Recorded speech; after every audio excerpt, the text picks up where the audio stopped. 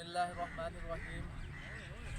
ایک دفعہ ایک گاؤں میں ایک آدمی کا بہت خوبصورت گھوڑا تھا، اس کا وہی اثاثہ تھا اس کا، اور اس کا بیٹا کھیتوں میں بھی اس کو لے کے جایا کرتے تھے، اور اس سے مطلب اپنا سارا اس کا تو ایک دفعہ اس کا بیٹا جو تھا وہ اس میں کھیتوں میں جا کے نا تو وہ اس کو مطلب اس کی چرائی کروا رہا تھا، تو ایسا ہوا کہ وہ گھوڑا نا وہ اس کی آنکھ لگی تو وہ گھوڑا گم ہو گیا۔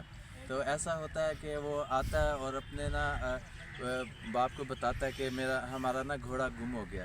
تو پھر نا وہ گاؤں والے سبھی کہتے ہیں کہ یہ تمہارا ایک ہی اثاثہ تھا، وہ ختم ہو گیا۔ تو وہ کہنے لگا کہ جو ہوتا ہے اچھے کے لیے ہوتا ہے۔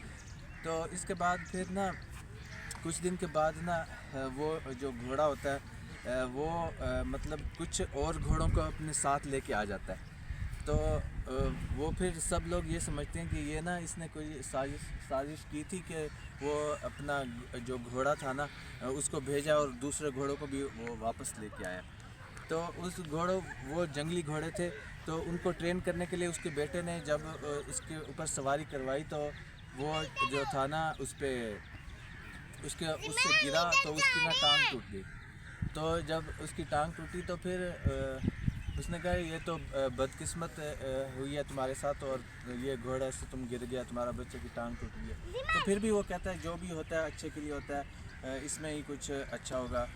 تو اس کے بعد پھر جب وہ کچھ عرصے بعد جنگ ہو جاتی ہے، تو جنگ میں سب بچوں کو اس میں فورس کے لیے بلایا جاتا ہے۔ تو اس کے بیٹے کو جب دیکھا جاتا ہے تو اس کی ٹانگ فریکچر ہوتی ہے، تو اس کو چھوڑ جاتے ہیں۔ تو وہ کہتے ہیں کہ یار تمہارے بیٹے کو تو یہاں واپس چھوڑ دیا ہے، تم تو خوش قسمت ہو۔ وہ پھر بھی خوشی سے کہتا ہے کہ جو ہوتا ہے اچھے کے لیے ہوتا ہے۔ تو اس کے بعد جو ہوتا ہے نا وہ مطلب یہ ہوتا ہے کہ اس کہانی سے ہمیں یہ سبق ملتا ہے کہ ہر حال میں اللہ تعالیٰ کا شکر ادا کرنا چاہیے۔ ہم کچھ واقعات میں اور کچھ حالات میں ایسا مطلب تازہ زخم ہوتا ہے تو ہم اس میں مشکل میں آ جاتے ہیں، تو ہمیں چیلنج محسوس ہو رہا ہوتا ہے، لیکن وہ اگلے وقت کے لیے ہمیں مضبوط کر رہا ہوتا ہے۔ تو اس سے ہمیں یہ سبق ملتا ہے کہ ہر حال میں ہمیں شکر ادا کرنا چاہیے، اور ہر حال میں جو بھی ہوتا ہے اللہ تعالیٰ کی طرف سے اچھا ہوتا ہے۔ بہت شکریہ، السلام علیکم۔